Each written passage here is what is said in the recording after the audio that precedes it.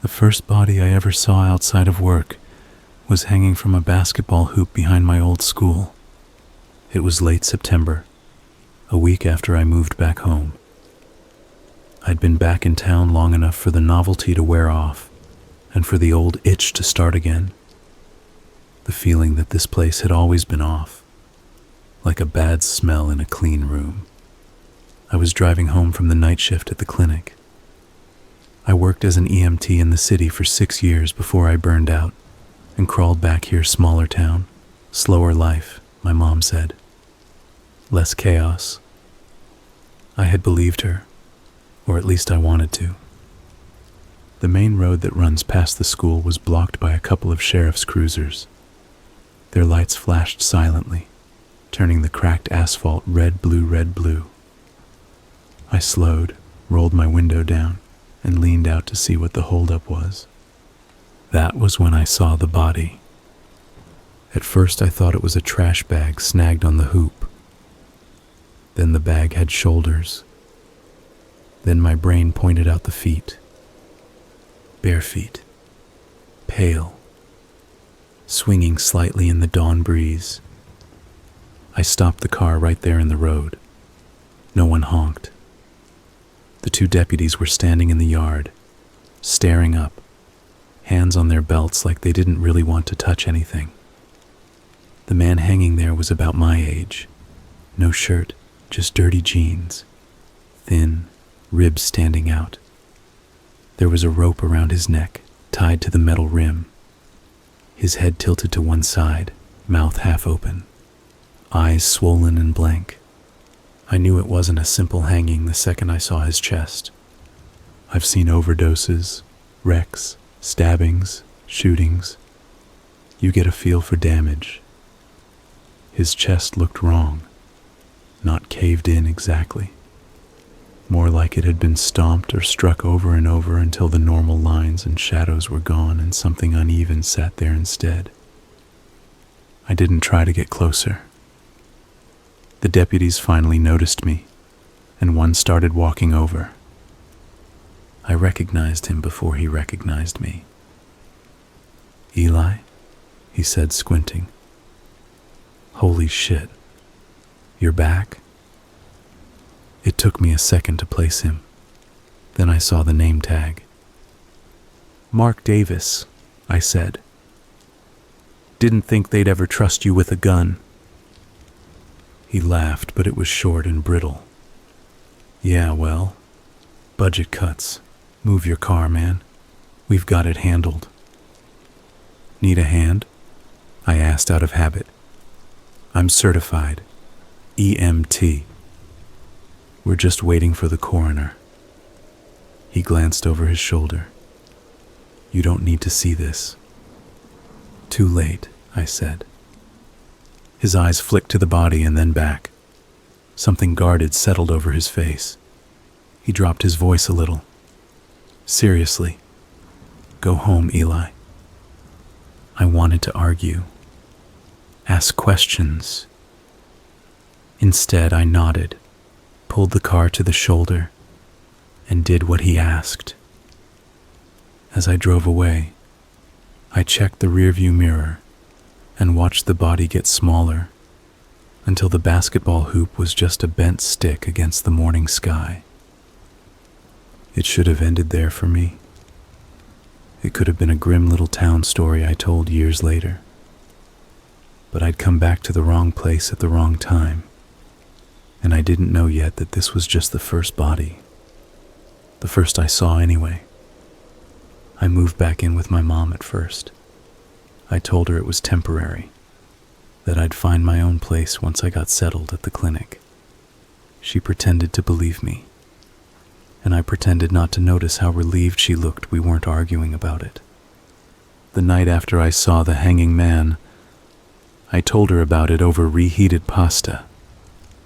She went still, fork halfway to her mouth. "At the school?" she asked. "Yeah. Behind the gym. You didn't hear the sirens?" "I was at work," she said quickly. "My mom worked nights at the nursing home out by the highway." How awful. Did they say who it was? Didn't get close enough to see his face. Looked familiar, though. The image rose uninvited. The bare feet, the wrong shape of the chest. Didn't look like suicide. She flinched a little. You don't know that. I've seen. I know what you've seen, she said. Her voice sharpened. Don't start jumping to conclusions. People do things, Eli. You don't know what he was going through. I held my hands up. Okay, I'm just saying. She went back to her food, but she didn't take another bite. I watched the clock on the wall over her head, the second hand ticking around and around. The house felt too quiet. Outside, a dog barked and wouldn't stop. You tired? She asked suddenly. You should sleep. You look terrible. I did feel worn out. That was normal after nights, but there was something else under it, a deeper kind of drain. Coming back here had shaken things loose in me I thought were packed away. I'm fine, I said. Just need coffee. You working again tonight? She nodded, still not looking me in the eye. We're short-staffed, like always. You want a ride? No, Carol's picking me up. We do a carpool. Saves gas. She forced a smile. This town isn't like the city, remember? We take care of each other. I started to ask if that included the guy on the basketball hoop, but I stopped myself. There was a set to her shoulders I recognized from when I was a kid. It meant a door had shut, and I wasn't getting through it. So I let it go. That was my first mistake. The town hadn't changed much. Some new houses on the outskirts, a big box store where the empty cornfields used to be. But Main Street looked the same. Same cracked sidewalks. Same little diner with the same sun-faded sign. Same church on the hill. Big white building watching everything. They'd added a second church at the west end of town, though. That one I didn't remember. It wasn't obviously a church, not at first glance. No steeple, no cross.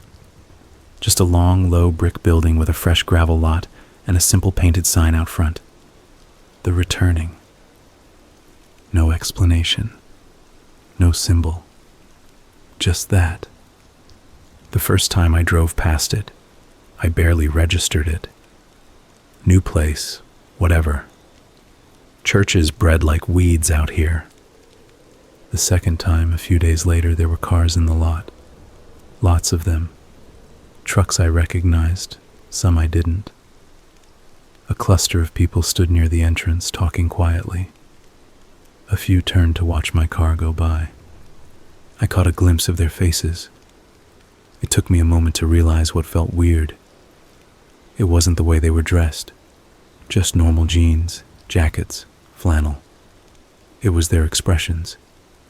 They all looked peaceful.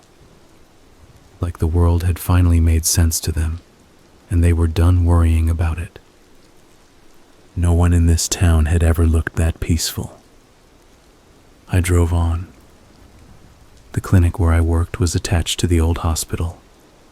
The hospital itself had been closed for renovations for years. That was the euphemism they used. In reality, it meant it had been gutted down to the concrete and then forgotten.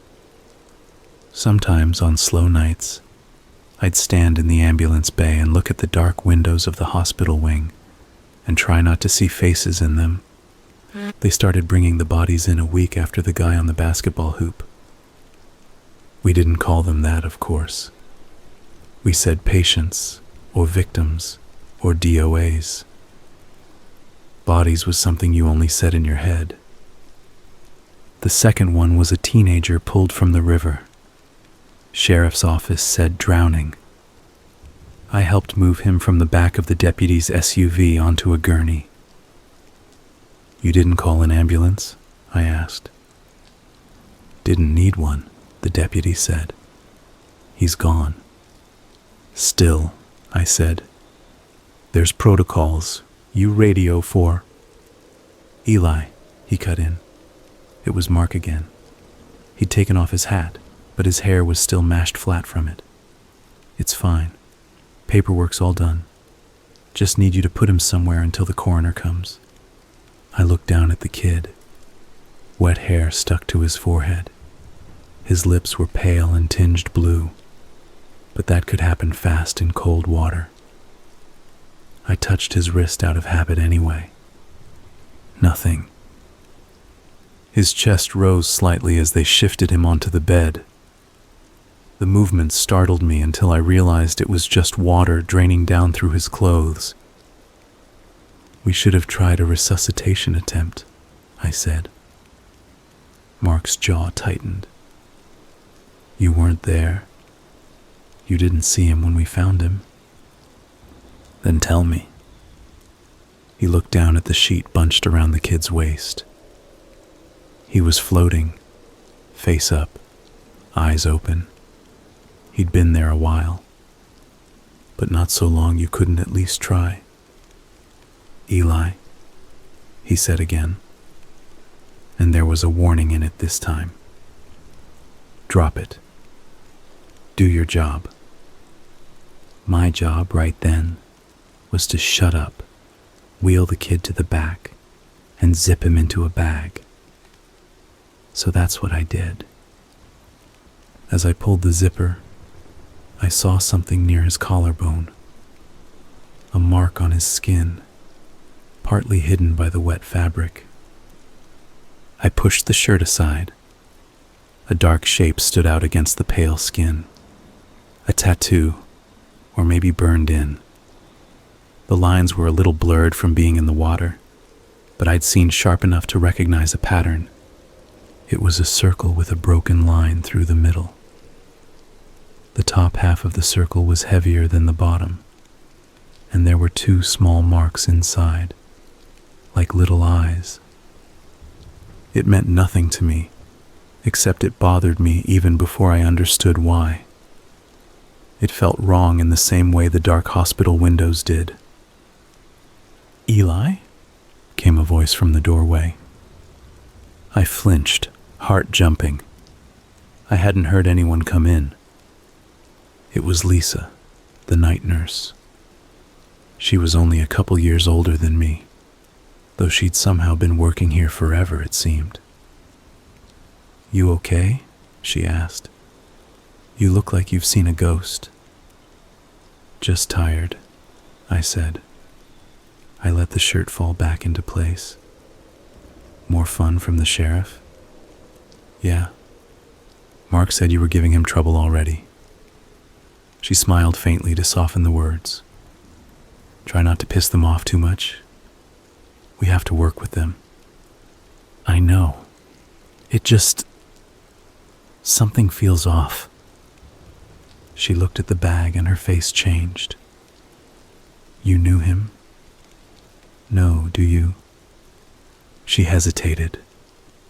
Think so. Might be one of the Parker boys. They've been going to that new church. The one out on West Road. The returning? That's the one. She rubbed her arms briskly. They've gotten big fast. What is it exactly? I asked. Did they move in from somewhere? Started right here, she said. About a year ago. Smaller at first. Then more and more folks joined up. You were gone by then. Lucky you. What's wrong with them? She shrugged, but it wasn't casual. They throw little fairs and barbecues, free food, games for the kids. Looks harmless from the outside, but they walk around town handing out pamphlets, asking strangers if they feel lost, if they want to find their place when the world changes. She made a face. Creeps me out. Some people eat that stuff up, though. The kid had a symbol on his chest, I said. Circle with a broken line. mean anything to you?" Her eyes flicked down toward the bag, then back. "Like what's on their sign?" "The returning?" She nodded. "That's their thing. I've seen a few people with it stamped on their windows. Stickers on trucks. Some wear necklaces. You should stay away from them." "You're the second person to say that to me in as many days," I said. "What? Did the whole town get together and agree not to tell me why?" She stared at me for a moment. I saw the struggle play across her face like she was arguing with herself.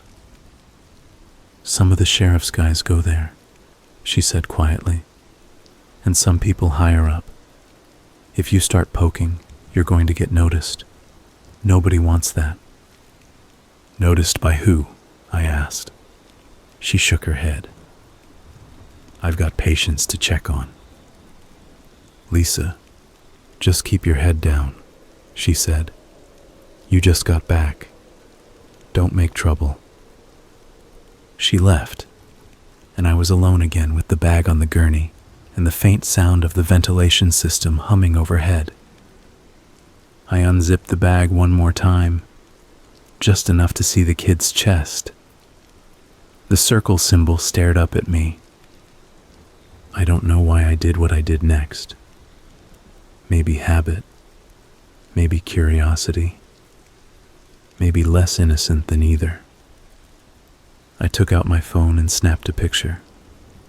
The flash lit the room starkly.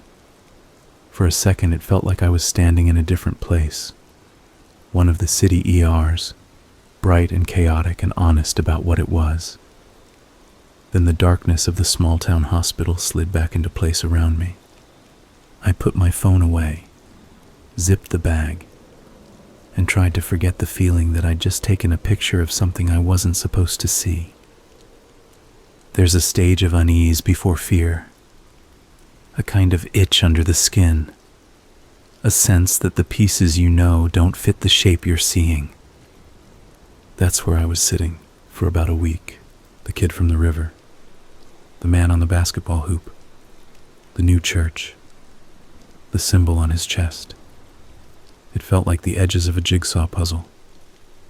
You know there's a picture there, but you don't know if you want to see it yet. I started seeing that symbol everywhere after that. On the back window of a pickup in the clinic lot, on a pamphlet left on the waiting room table, on a silver pendant around a woman's neck when she came in with her coughing toddler. The pamphlet was glossy, printed on expensive paper. The front showed a sunset over water and the words, "Are you ready to return?" Inside it talked about the cycle, about how the world ran in loops, and how humanity had strayed too far from its true path. It promised a way back, a community, a purpose when the old structures fell away, a place at the center of the returning. There were pictures of smiling people holding hands in a circle, a potluck, a bonfire, kids running in a field. I tossed it in the trash. An hour later, it was back on the table. I asked Lisa if she'd fished it out. She shook her head. "Not me. They come in here too. Hand them out. We're supposed to put them by the door. Community partners. That's what they call us now." "Who's they?" I asked. She glanced around. "Pastor Luke. That's what he calls himself anyway. Tall, blonde, looks like he should be selling real estate. You'll see him around. He's very friendly." "How does someone start a whole church in a year?" I asked. "Charisma," she said, "and money. They fixed up that old factory building in no time. They've been donating to the schools, sponsoring teams, trying to get on everybody's good side." "How's that going?" She smiled tightly. "Depends which side you're on." I didn't see Pastor Luke for another 3 days. When I did, he was standing at the nurse's station, talking to the receptionist. I walked out of a patient room and almost bumped right into him. He turned when he heard the door open. For a second, his eyes locked onto mine like he'd been waiting for me. He was exactly the kind of man you'd expect to be on a billboard, but in a way that wasn't obvious until you saw him in person. Mid-30s, clean-shaven, haircut neat. Not too handsome, but pleasant in a way that made you want to trust him. His suit was simple but expensive. The symbol from the pamphlet was pinned to his lapel.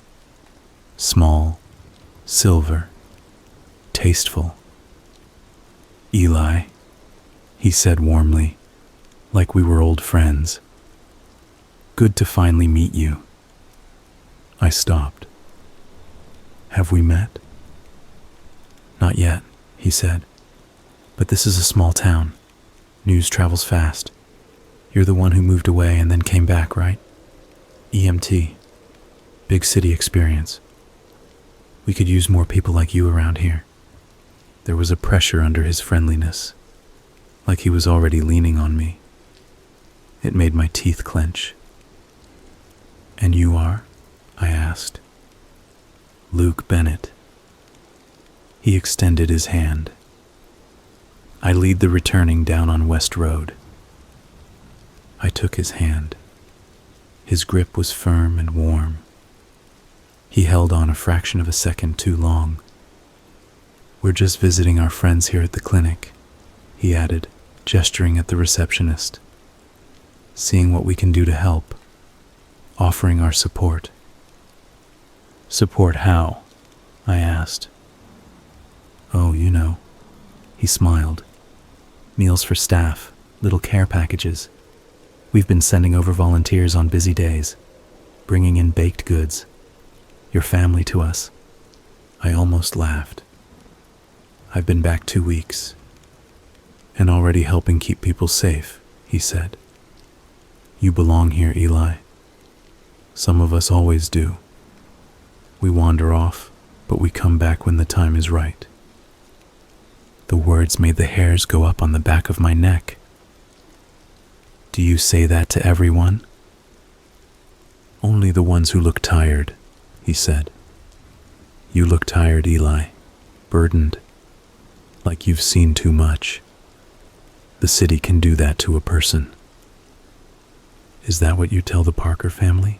I asked. The smile stayed on his face, but his eyes sharpened. "I'm sorry?"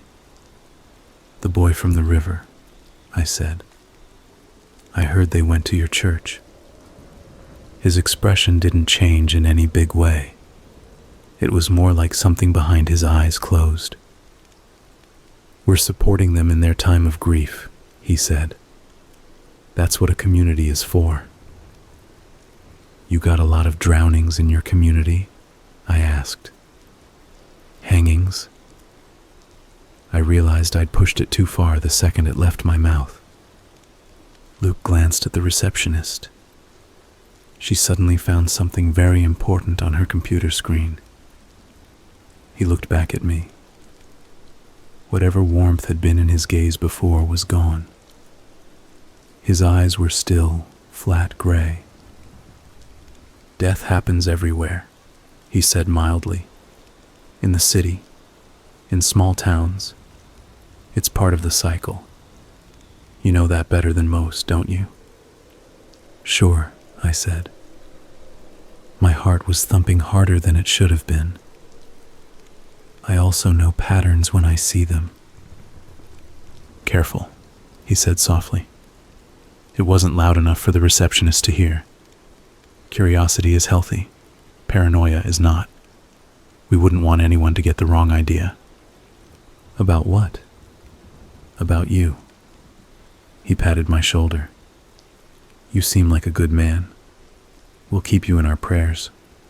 If you ever feel lost, you're always welcome to come by one of our gatherings. No pressure, just neighbors." He walked away down the hall like we'd discussed the weather. As he passed the ambulance bay doors, He caught Mark's eye. The deputy nodded to him in an almost respectful way, like they shared some private language. I watched them interact, a little handshake, a few quiet words, and the picture in my head shifted. Pieces moved closer together. "You okay?" Lisa asked from behind me. I jumped. "You have to stop doing that." She laughed. "Sorry." What did the golden boy want? "To tell me I looked tired," I said, in that church way. "You know, everything sounds nice but feels like a threat." "That's him," she said. "You should stay away from there." Already hearing that one a lot, I thought. Already too late. The third body was brought in 2 nights later. By then, the bad feeling had settled in my stomach like a stone. It was another boy. Younger this time, maybe 12 or 13. His clothes were torn, and there were ugly bruises around his throat and across his arms.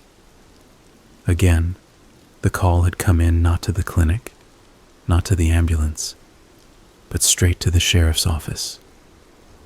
And again they decided there was no need for a rush. This one, they said, had fallen out of a tree. I helped lift him onto the table.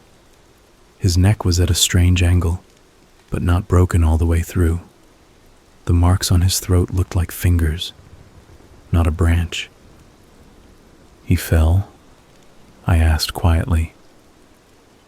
"That's what the report says," said the deputy who'd brought him in. Not Mark this time. He was younger, a guy I didn't know. His eyes kept skittering away from the kid's body. Playing in the woods with some friends, slipped, hit the ground. We see it all the time. "Where?" I asked. He frowned. "What do you mean?" "Where was he?" I pressed. "Which woods?" "Why do you care?" "Humor me." He hesitated, then gave up. "Back edge of the old Miller property." I knew that land. Everybody did. It backed up against the abandoned quarry and stretched all the way down toward the West Road, the same road the returning sat on. "Were his friends there?" I asked. "The ones he was playing with?" The deputy shifted his weight. They went and got help. Too late, apparently. "They leave a statement?" "That's not your business." "Neither is lying about cause of death on the intake sheet," I said. "Those bruises on his neck." He stepped closer. "You a doctor now?" "I've seen plenty of falls," I snapped. "You don't get finger-shaped bruises around the throat from hitting the ground." "Maybe the branches did it." "Branches don't grip." He looked at me like he wanted to shove me against the wall. "Watch it, Eli. You've been back 5 minutes and you're already talking like you know everything you don't know shit." "Then tell me," I said. "Help me know something." He stared at me for a long second, jaw working, nostrils flaring. Then he leaned in closer. "You want advice?" he said. "This county doesn't have the manpower or the budget to deal with all the bad things that happen. You start poking at every hole in every story, you're going to make enemies. You're not from the city anymore. You don't have backup. You have us. And we're doing the best we can." "That's your best?" I asked, gesturing at the boy. "You can't even give him the truth." "The truth," he said, "is that sometimes things go wrong. Kids fall. People drown. Sometimes folks decide they don't want to be here anymore. Up to you whether you accept that or spend all your time chasing ghosts." He turned and walked away. The truth, I thought, was that the marks around the kid's throat matched the size of a grown man's hands. I pulled the sheet up to his chest, and there it was again. The circle, branded right over his heart. The skin was inflamed, fresh. The edges were darkened like it had been burned into him. I touched it lightly. The skin felt rougher there, unnatural. There was a voice at the doorway behind me. "Don't," it said. "They might check." I jerked my hand back, guilt hitting me like I'd been caught stealing. A man stood there, older, with a beard gone mostly gray. He wore scrubs, but I'd never seen him before. "You knew?" I asked, trying to cover my reaction. Thought I was the only one they'd hired. He stepped into the room. His ID badge swung from a lanyard. It read, DRADRIANTHORNE. "I'm on nights now," he said, in a voice that had smoked a lot of cigarettes. "They brought me in, quietly." I didn't know what quietly meant, but I didn't like the sound of it. "Adrian's fine," he added. "You must be Eli." "News travels fast, I guess," I said. "In a town this size?" He snorted. "Half the folks here grew up changing your diapers, kid, or know someone who did." "Did you know this boy?" I asked. He walked over and studied the body. "Heard about it on the scanner. Hard to miss when it's a kid." "Fall from a tree," I said. "Bullshit," he replied just as calmly. "Neck's not broken in the right place. That pattern on his arms? He was held down by more than one person, and..." He tapped the spot above the boy's heart, careful not to touch the burned mark. "That little piece of artwork is infection waiting to happen.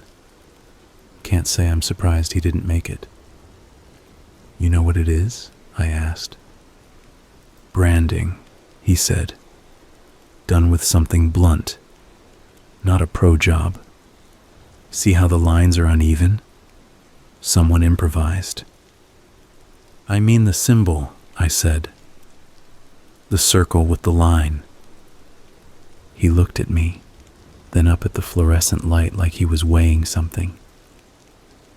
"You from around here," he said. "But you don't sound like it anymore. You spent a lot of time away." "Left for college," I said. "Then the city." "You come back because you wanted to?" he asked. "Or because you had to?" The question caught me off guard. "Both, I guess." He nodded like that made sense. "You know of the Millers?" "Sure," I said. "Everyone does. Old farm, big family, some kind of scandal years back. Rumors about weird stuff on the property. Fires in the woods. I was a kid. We weren't allowed to go near there." "Smart parents," he said. "They had a group out there, called it a fellowship, then a commune, then something else. You know how it goes. Started small, grew. Folks moved in.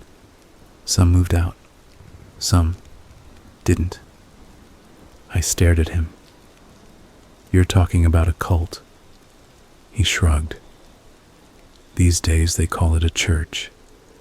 The Returning. Same land. Different paint job." I thought of the shiny pamphlets, the nice suits, the potlucks. And the law lets them just keep going.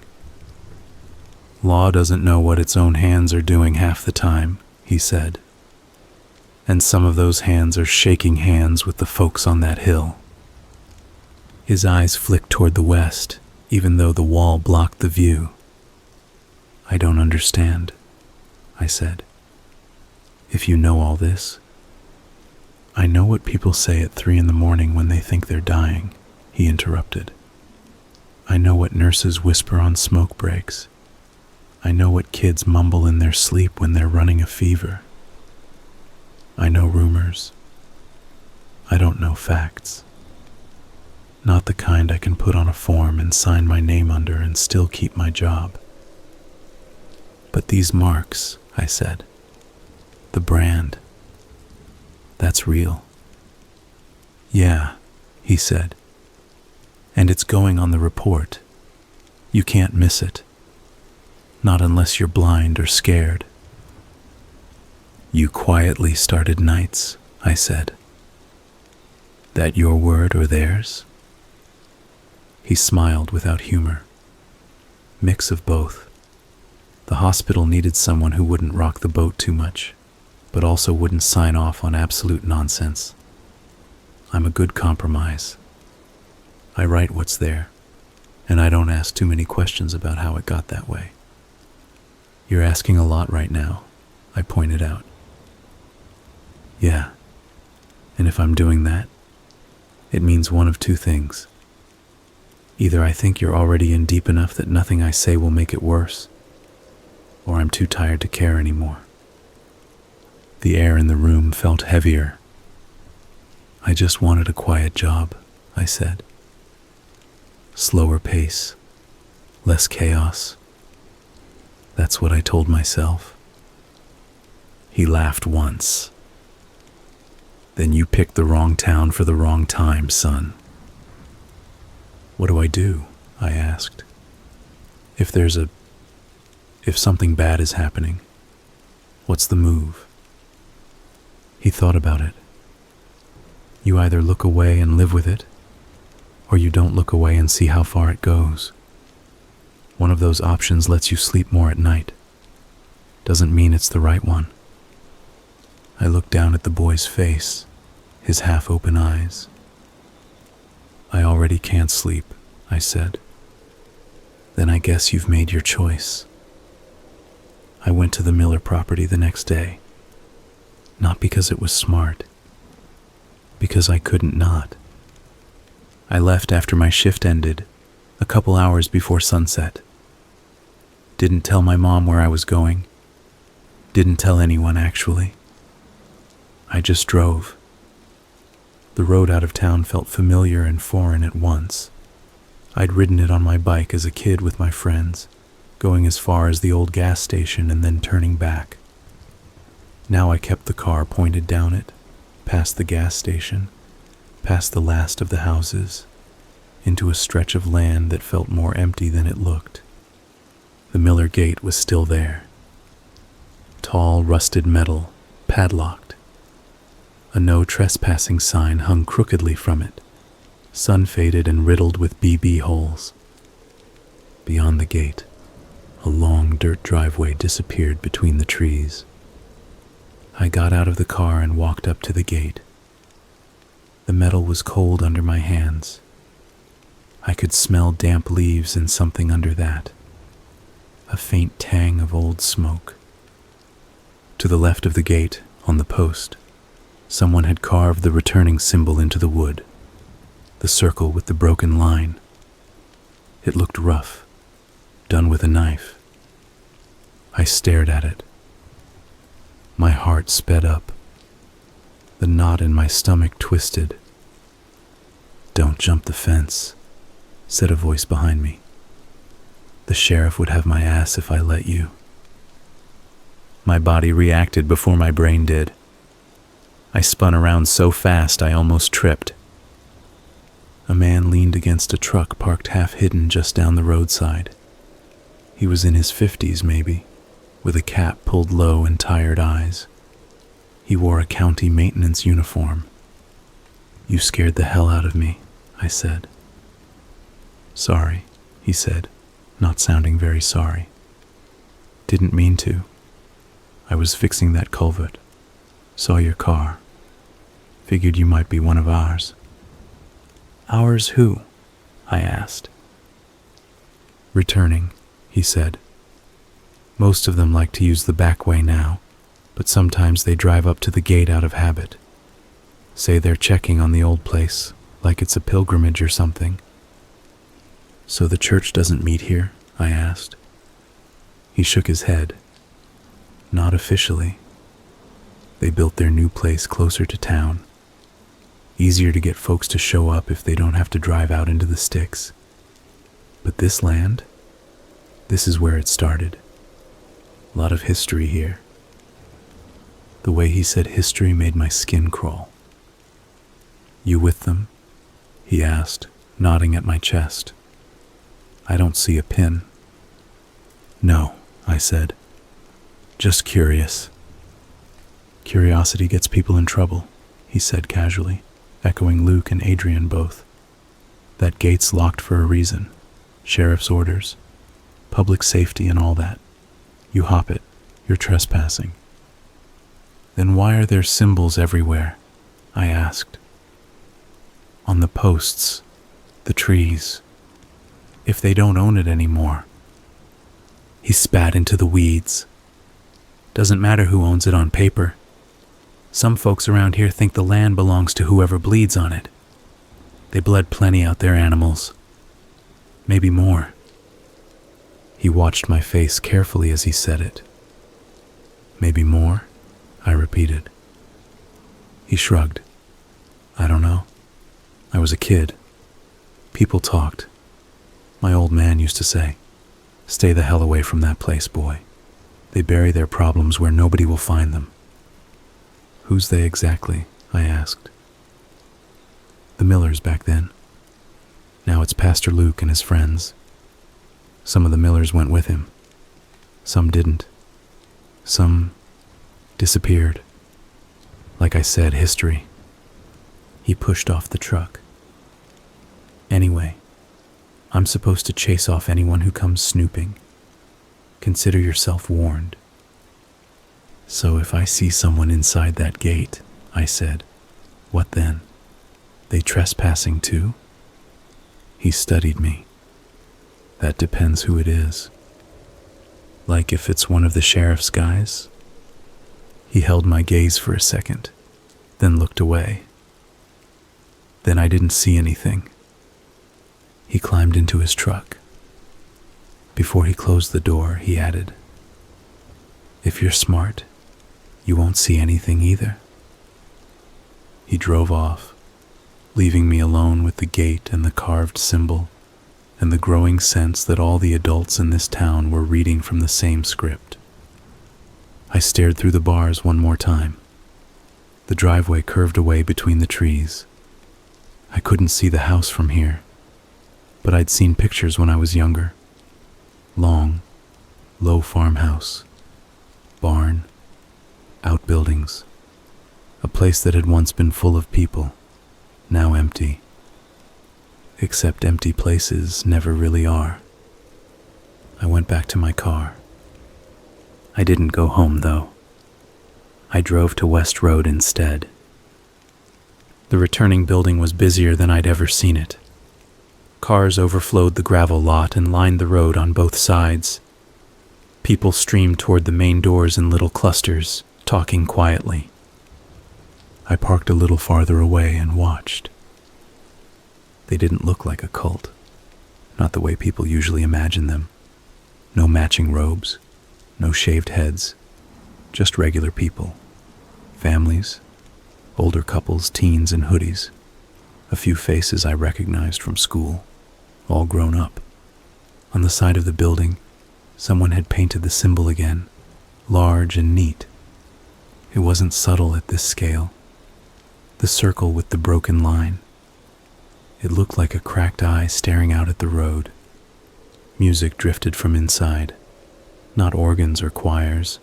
Guitars, drums, a rhythmic thumping that made the windows vibrate. I told myself I was just going to look, to see, not go in. I got out of my car, crossed the road, and ended up at the edge of the lot anyway.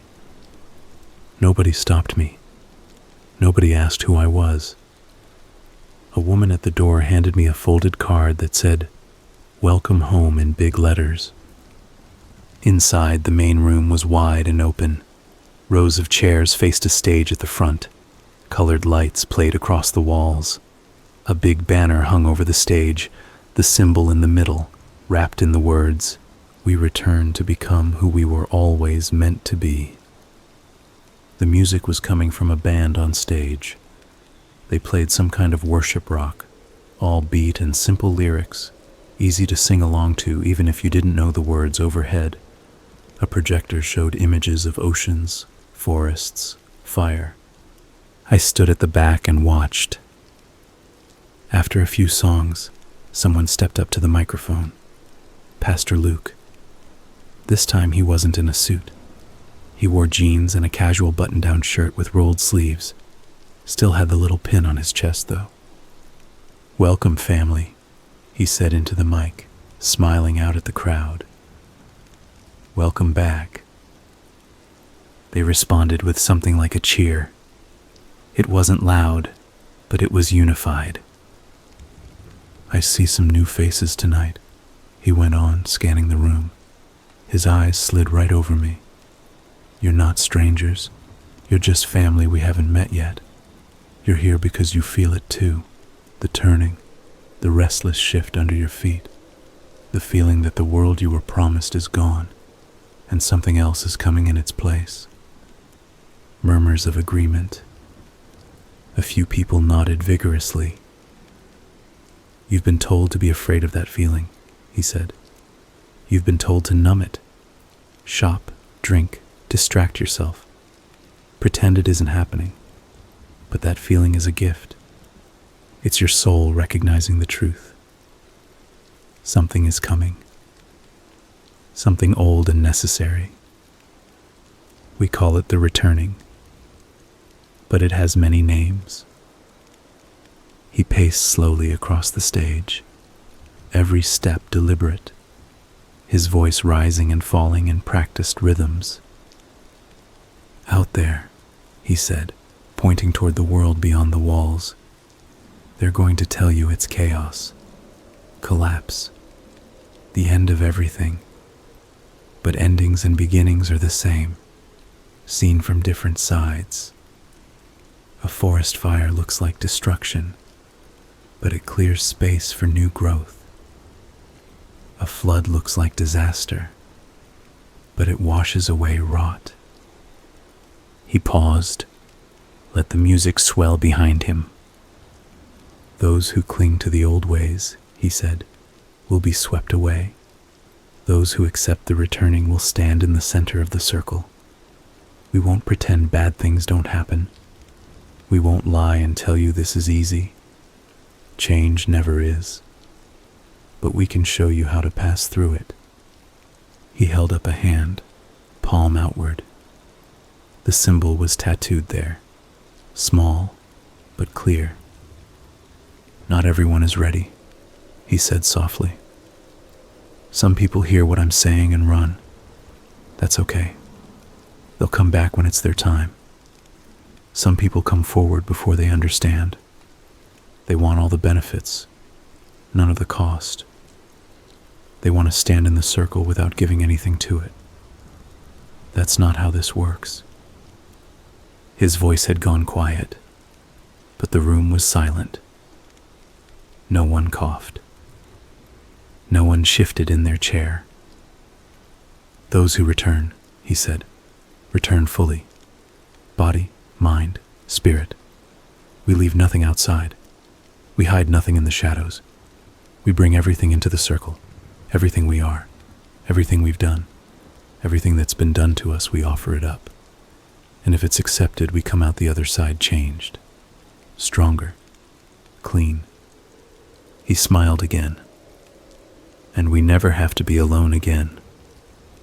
I had heard enough manipulative bullshit in my line of work to recognize the pattern.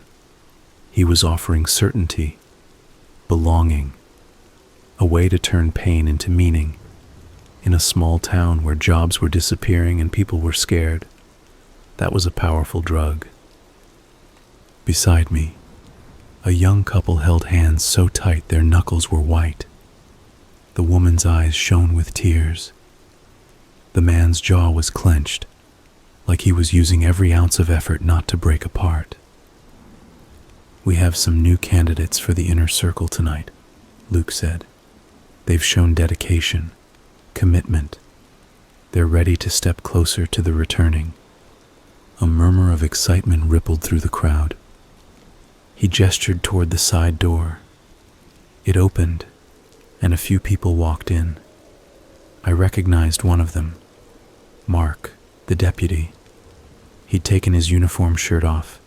He wore a dark t-shirt with the circle symbol on the chest. The others were men and women of various ages. Their faces were set, serious. Some looked proud, others nervous. "They'll be initiated after our gathering," Luke said. "Those of you in the circle, you know where to go. The rest of you, keep them in your thoughts. Send them your strength." The band ramped up again. People started singing along, voices rising in unison. I slipped back out the door. The parking lot was even fuller now. The sun had set. The symbol on the side of the building stood out starkly in the glow of the security lights. I leaned against my car and took a breath. "You should walk away," some sane part of my brain said. "You should leave this town, go somewhere else, forget any of this ever happened."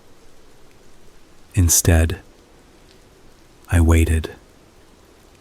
Eventually, people started leaving in small groups. Some laughed and chatted.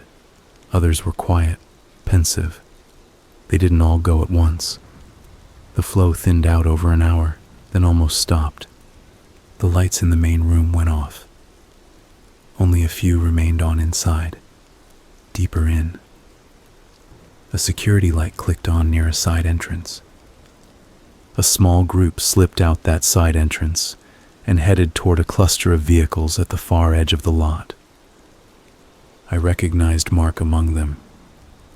Pastor Luke walked beside him, talking quietly. Behind them, 4 or 5 others followed. They all wore the same dark shirts with the symbol at the chest. Inner circle, I thought. The ones who came back, changed. They climbed into a couple of trucks and an SUV. I watched their headlights cut across the lot and sweep toward the road. I got into my own car and followed them. They didn't drive toward town. They took the back road, the one that skirted the edge of the Miller property.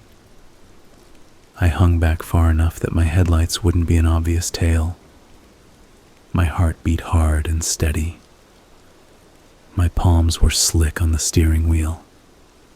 Every rational part of me screamed that this was a bad idea. But there was no way I could have turned around. I had to see where they were going. We passed the official Miller gate. No one turned in. We went on, down a stretch of road with no houses, no lights, only trees pressing close on both sides. Then the lead truck's taillights flashed suddenly as it braked and turned onto what looked at first like nothing more than a gap in the trees. I slowed, coasted past, and glanced over. A dirt track cut into the woods. Recent tire marks scarred the soil. No gate, no sign, just an opening. I drove a little farther, heart racing, then pulled off onto the shoulder. I killed the lights and engine. The night pressed in immediately. I sat there, breathing hard, listening to the cooling tick of the car engine. No other vehicles passed. There was no sound but insects and my own heartbeat in my ears. Finally, I got out and started back on foot. The entrance to the dirt track was wider than it had looked from the car. 2 deep grooves marking the path. Branches above formed a rough tunnel. I stepped into it, and the darkness swallowed me. I didn't use my phone's light. I didn't want to give myself away. The world around me blurred into shapes and shadows. The air smelled like damp earth and old leaves. Somewhere up ahead, a dog barked once, and then was silent. I could see a faint glow through the trees, flickering. Firelight. I moved more carefully, placing each foot with deliberate slowness. The ground sloped downward. The trees thinned. Voices drifted back to me. Low, rhythmic, layered. Not quite chanting, not quite singing. The hair on my arms stood up. I reached the edge of a clearing and stopped behind the trunk of a big maple. What I saw didn't look like a church service. It looked like something ancient and wrong dragged into the present and made to wear modern clothes. The clearing was wide and roughly circular. At its center, a ring of stones surrounded a shallow pit where a fire burned. Around the circle, a dozen or so people stood, evenly spaced, facing inward. Some wore jeans and t-shirts. Others wore simple black robes. In the firelight, the circle symbol was painted or tattooed on foreheads, chests, hands. Pastor Luke stood near the fire, hands raised. Mark was 2 places down from him. The others I didn't know, though some faces looked familiar from town. In front of Luke on the ground, 3 people knelt. They were dressed in white shirts and dark pants, all barefoot. Their heads were bowed. One of them was shaking visibly. Even from this distance, I recognized his profile. The boy from the clinic. The younger one. The one who had supposedly fallen out of a tree. But that was impossible. I'd watched them bag his body. I'd seen his dead eyes. My mind tried to explain it away. Maybe he had a twin. Maybe it was just someone who looked like him. Then he raised his head slightly, and I saw the circle burned into his chest, red and angry. The same one I'd seen when I unzipped the bag. I grabbed the tree so hard my fingers hurt. Tonight, Luke was saying, his voice carrying clearly in the still air, we welcome new souls into the circle. They have walked the outer path, they have listened, learned, given. Now they come to give everything. The people around the circle murmured something in unison. I couldn't make out the words. The world out there is sick, Luke said. We know this. We've all felt it. Our bodies remember how it should be. Our blood remembers the old agreements, the cycles, the tides. That is what we return to. That is what we serve. He walked slowly around the inside of the circle, placing a hand briefly on each kneeling shoulder. In the old days, he said, the returning was chaotic, wild. People stumbled into it alone, unprepared. They were burned, drowned, broken. They were sacrificed by those who didn't understand what they were doing. But we understand now. We do not throw life away. We shape it. We guide it. We decide who passes through, and how, and when. We choose who stands in the center. We choose who becomes. He stopped in front of the boy. Evan, he said, do you accept the returning fully, body and soul? The boy didn't answer at first. His mouth opened and closed. His shoulders shook. One of the robed figures stepped forward and laid a hand on the back of his neck, pressing his head downward. The boy managed. His voice cracked. I'm scared. That's good, Luke said gently. Fear means you understand the stakes. Fear means you know this is real. Do you accept, Evan? The hand on the boy's neck tightened. He flinched. I accept, he whispered. Louder, Luke said. I accept, he said, louder this time, voice trembling. "She hears you," Luke said. "The returning hears you. We all hear you. You will not be alone." He moved to the girl kneeling beside him. "Sarah," he said, "do you accept?" I slid my phone out of my pocket with shaking fingers. I shouldn't have. It was stupid. But the part of my brain that used to think in terms of evidence, of proof, was screaming that no one would believe me without something solid. I raised the phone, thumb hovering over the camera button. My hand shook so much I had to brace it against the tree.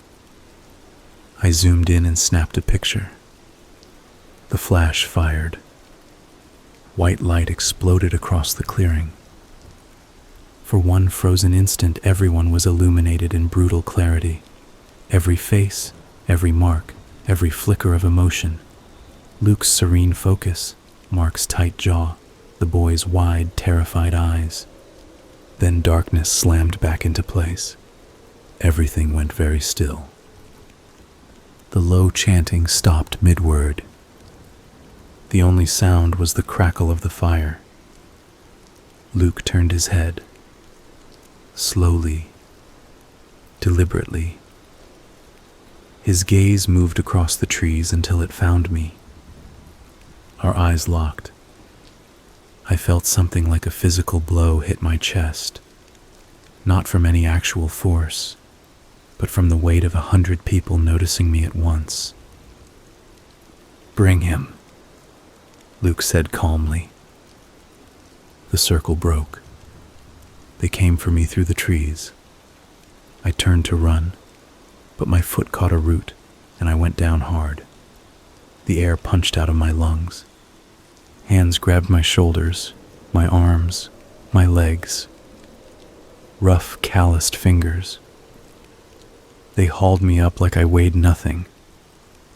I kicked once, twice, connected with someone's shin. It earned me a grunt and a slap across the face that made lights burst behind my eyes. "Stop fighting," someone hissed in my ear. "You're making it worse."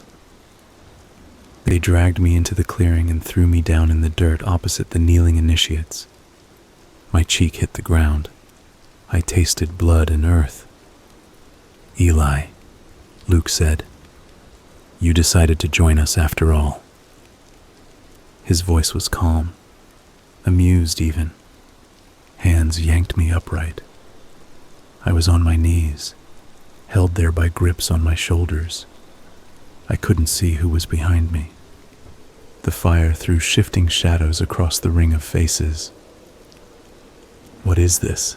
I gasped. "What are you doing?" "You already know," he said. "You've seen the results." My mind flashed images. The man on the basketball hoop, the kids in body bags, the brand on the chest.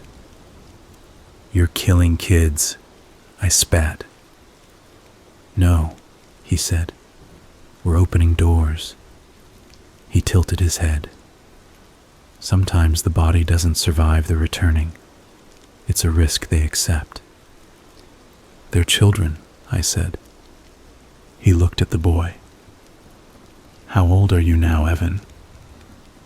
14, the boy whispered. 14, Luke repeated. "Old enough to understand what loyalty means. Old enough to make choices. When did you first come to us?" "When I was 11, he said, "with my mom." "So you've had 3 years to think about it," Luke said. 3 years of learning, of watching, of service, and you still chose to be here tonight. No one forced you. The boy's shoulders shook. Tears streaked his cheeks. "My mom said it was the only way," he blurted. "She said if I didn't, I wouldn't be safe when the returning came. She said. His words dissolved into sobbing. Luke's face softened. Our parents carry such fear. They want to protect us. Sometimes they push too hard. You're not here because anyone made you, Evan. You're here because something in you knows this is where you belong. He looked back at me. Our children are not dressed up for war and sent to die in deserts for oil. They're not taught to shoot strangers for flags. They're not forgotten in broken schools. They're brought here to stand in the center, to be seen, to be honored, to take part in something bigger than themselves. You call that honor? I demanded. I've seen what happens. The bodies, the bruises, the brand. And yet you came, he said. You came all the way out here, alone, in the dark. Why? Because someone has to stop this. And you thought that would be you? He asked, smiling faintly. One man, with a camera. You don't even have backup. You didn't tell anyone where you were going. You just followed your little itch of righteousness right into the center of the circle. His words landed with horrible precision. I realized sickly that he was right. I had been stupid, reckless, alone. You shouldn't be here, he said almost gently. Not like this. Not yet. But the returning doesn't care about our plans. Sometimes it pulls people in before we're ready for them. He stepped closer. Up close, his eyes were very clear. You've seen death, he said quietly. Real death. The chaotic kind. Wrecks, overdoses, meaningless losses.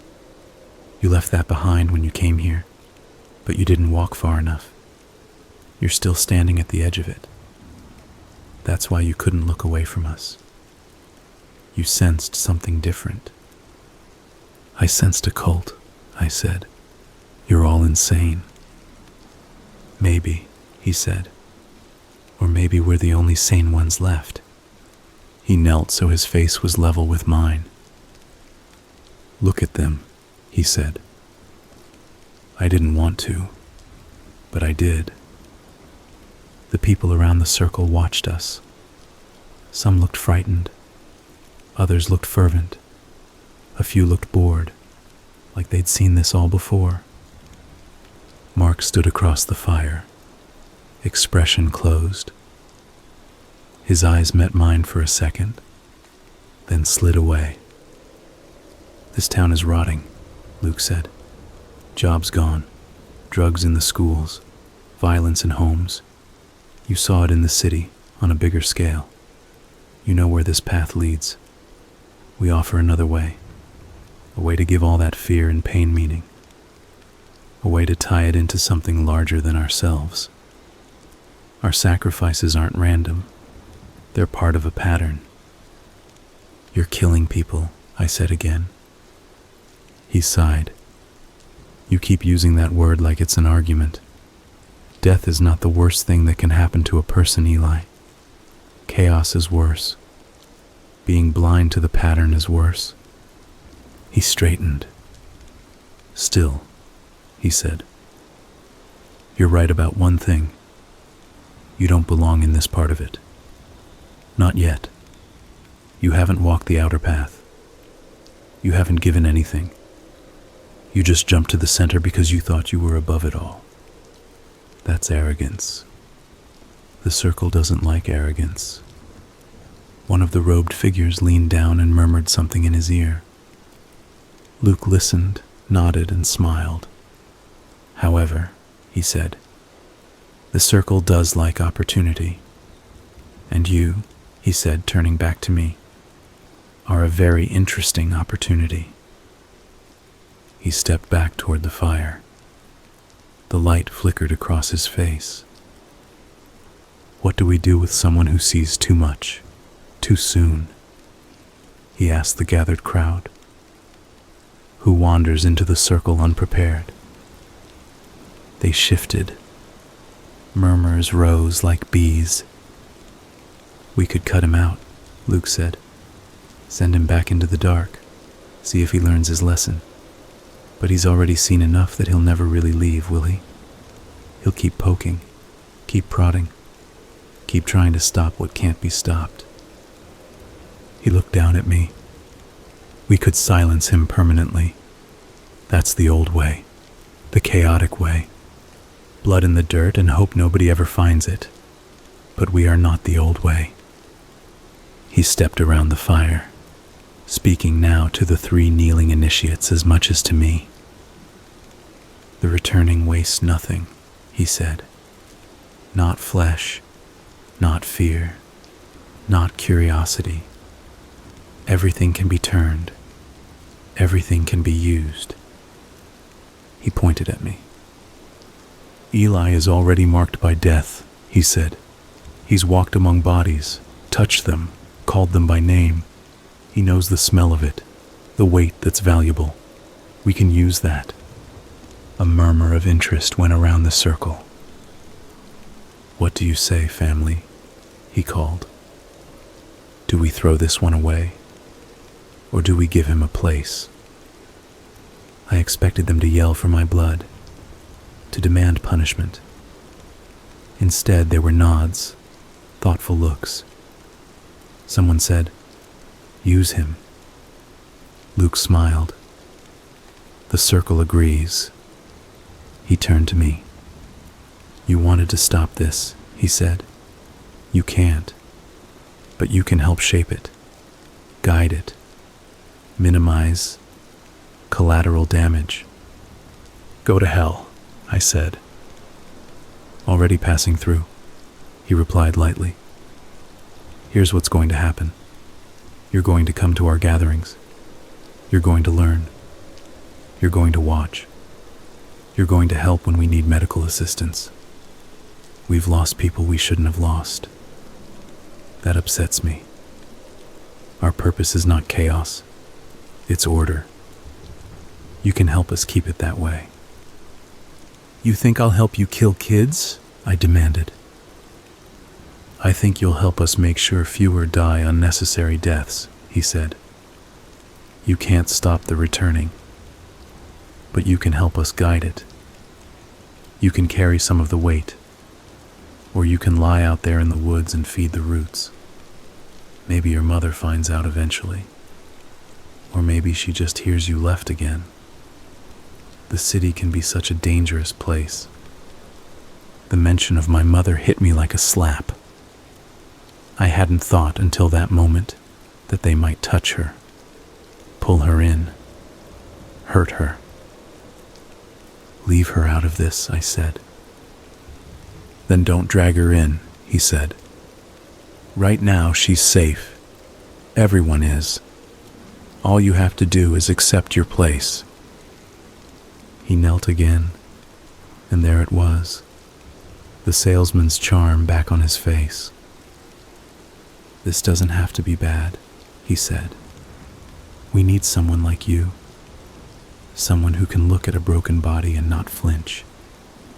Someone who knows the difference between a wound that kills and one that merely scars. You can make sure our sacrifices mean something. They don't, I said. They never will. Then consider it harm reduction, he said. That's a term you city medics like, isn't it? Fewer dead kids, fewer panicked mistakes, more order.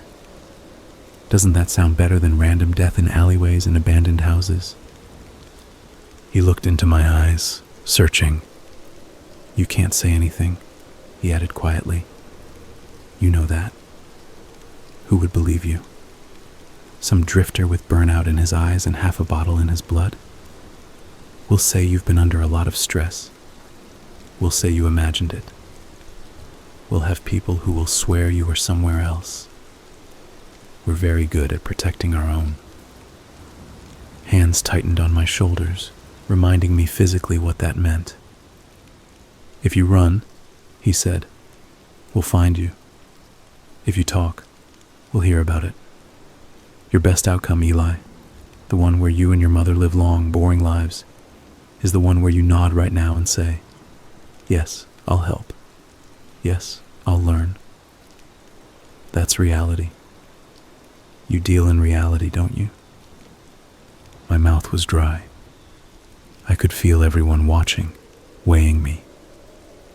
I thought of the man on the basketball hoop, the boy in the bag, the brand burned into skin, the fear in the hollow eyes.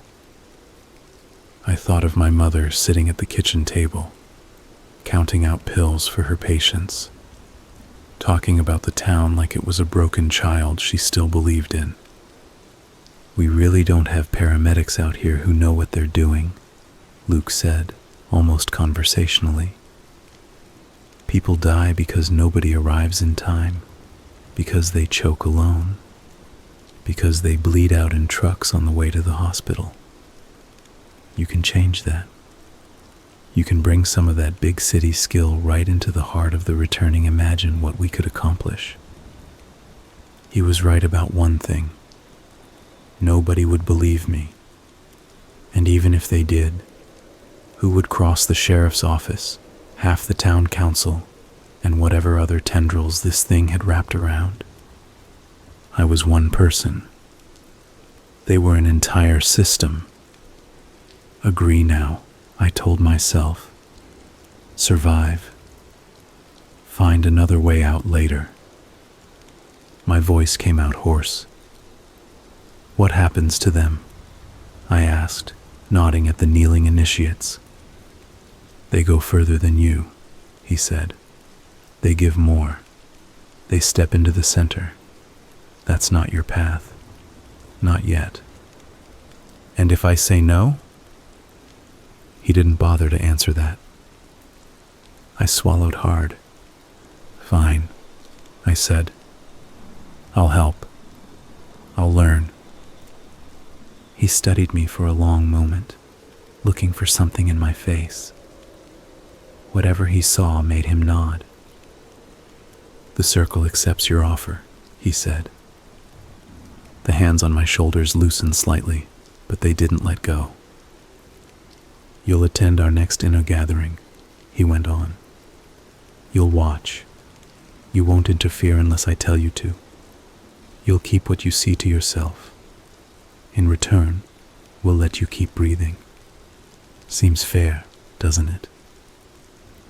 Nothing about this is fair, I said. He smiled. Welcome to the returning, Eli. He stood and turned back to the kneeling initiates. As for you, he said, his voice projecting again, slipping easily back into sermon mode. You have waited long enough. He nodded to someone behind me. A man stepped forward carrying a metal bowl and a heavy wooden staff. The bowl held dark liquid. Even from here, I smelled iron. Blood, my brain supplied. The man dipped the end of the staff into the bowl. When he pulled it out, the tip gleamed wetly. He walked to the girl, Sarah, and pressed the staff gently against the circle burned into her chest. She hissed in pain, but didn't pull away. This is how we bind you, Luke said. How we mark your passage. Flesh to flesh, blood to blood. We mark you so the returning knows who you are. He moved to the next, drew the symbol on their skin, spoke words I didn't recognize. When he reached Evan, the boy was sobbing silently, shoulders shaking. It's okay, Luke murmured. You're almost through. He pressed the staff to the burned mark. The boy cried out, a sound of pure animal pain that cut through the night. Breathe, Luke said. Breathe in the fire. Breathe in the returning. He raised his free hand. The circle around us began to chant quietly, the same phrase over and over, building like waves.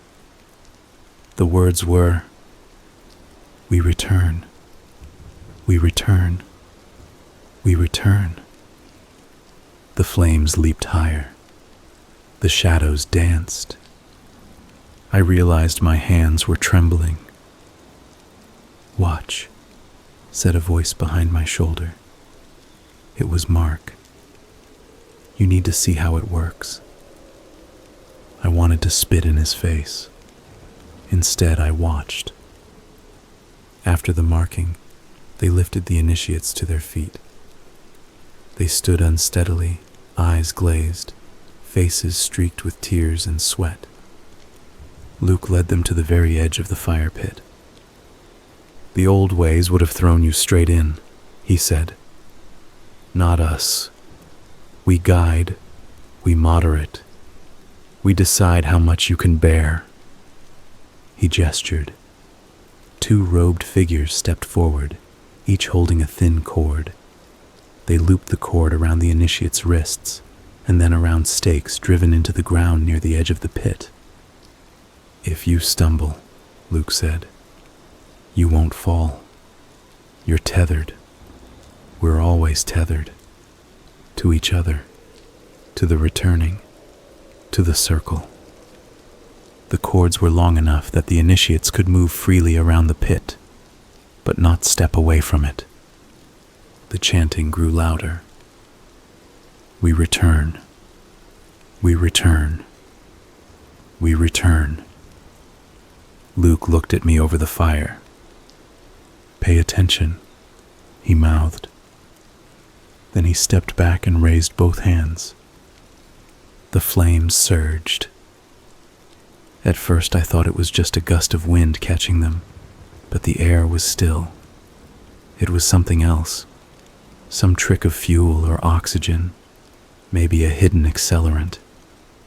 The fire roared upward, heat pushing against my face even from across the pit. The initiates flinched. The girl turned her face away, squinting against the heat. The boy lifted his arm like he might shield his face, then let it fall, like it was too heavy. "Stay," Luke said, his voice soft but cutting through the noise. "Stay with it. Stay in it. Do not run." The cords tightened as they leaned away from the flames. One of them took a step back, then was yanked forward again by her tether. I understood then, on some level, what was about to happen. "Stop," I said. "You're going to burn them." Mark's hand clamped down on my shoulder. "This is the part we don't mess with," he murmured. "This is older than all of us. Just watch." The chanting reached a fevered pitch. "We return. We return. We return. We return, we." One of the initiates screamed. The heat had become unbearable. They were too close to the flames. Their clothes began to smolder. "Please," Evan shouted. "Please, I can't." His voice cut off in a choking gasp. "Stay," Luke repeated. "Stay." Their skin reddened, blistered. The cords grew taut as they tried to step back, but there was nowhere to go. The fire reached for them with greedy fingers. Something in me snapped. I lunged forward, pulling against the hands holding me. "Stop it," I shouted. "You're killing them. You said you weren't going to." Someone's arm wrapped around my neck from behind, cutting off my words. Mark's breath was hot in my ear. "Don't," he growled. "I mean it. You step in that circle, you're done." "They're kids," I croaked. "They chose this," he said harshly. "They're willing. You think life gave them better options? At least this way it means something." "That's not your decision," I rasped. "Whose then?" he snapped. "Yours? The city's?" Some distant politician. Nobody's coming to save them, Eli. This is what they get. I watched as the boy's legs buckled. He sagged against his tether, half falling. The flames licked higher. Something changed in his expression. The panic drained out, replaced by something else. A kind of vacant calm. His head tilted back, his mouth opened. A sound came out, not a scream or a sob, but something low and almost relieved. "I feel it," he gasped. "It's..." His words dissolved into a shudder. The other two clung to their tethers, whimpering. The girl was muttering under her breath, over and over, words I couldn't make out. "Watch the eyes," Adrian had said back in the clinic, speaking about a completely different situation. That's where you see the moment shift. Now, in the firelight, I saw the boy's eyes go distant, unfocused, like he was staring into something none of us could see. Then his body jerked as if struck by lightning. The flames dipped once and then surged, as though they were breathing with him. He made a sound like choking, then went still. Too still. I knew that stillness. I'd seen it in cars, in alleys, on gurneys. "Enough," Luke said quietly. The chanting stopped instantly. The sudden silence was jarring. The robed figures stepped forward, loosened the cords, and pulled the initiates away from the fire. Two of them stumbled, collapsing onto the ground, coughing and sobbing. The boy's body didn't resist. It hung limp between them. I knew he was dead before they even laid him down. They placed him on the dirt, just a step or two away from the fire pit. His skin was mottled, reddened. His chest rose and fell shallowly at first, then not at all. Someone knelt beside him. It was Adrian. He pressed his fingers to the boy's neck, then his ear to his chest. After a moment, he looked up at Luke and shook his head once, sharply. My training kicked in. I twisted against Mark's grip. "Let me near him," I said. "I can..." "Let him," Luke said. Hands released me reluctantly. I stumbled forward and dropped to my knees beside the boy. His eyes were half open. His pupils were blown. His lips were parted, teeth clenched slightly. The brand on his chest stood out, angry and blistered, the symbol distorted by swelling. I felt for a pulse. Nothing. I started chest compressions automatically, counting under my breath. 1, 2, 3, 4. "He's gone," Adrian said quietly. "We don't know that," I snapped. "I've brought people back from worse." From the corner of my eye, I saw Luke watching, expression calm.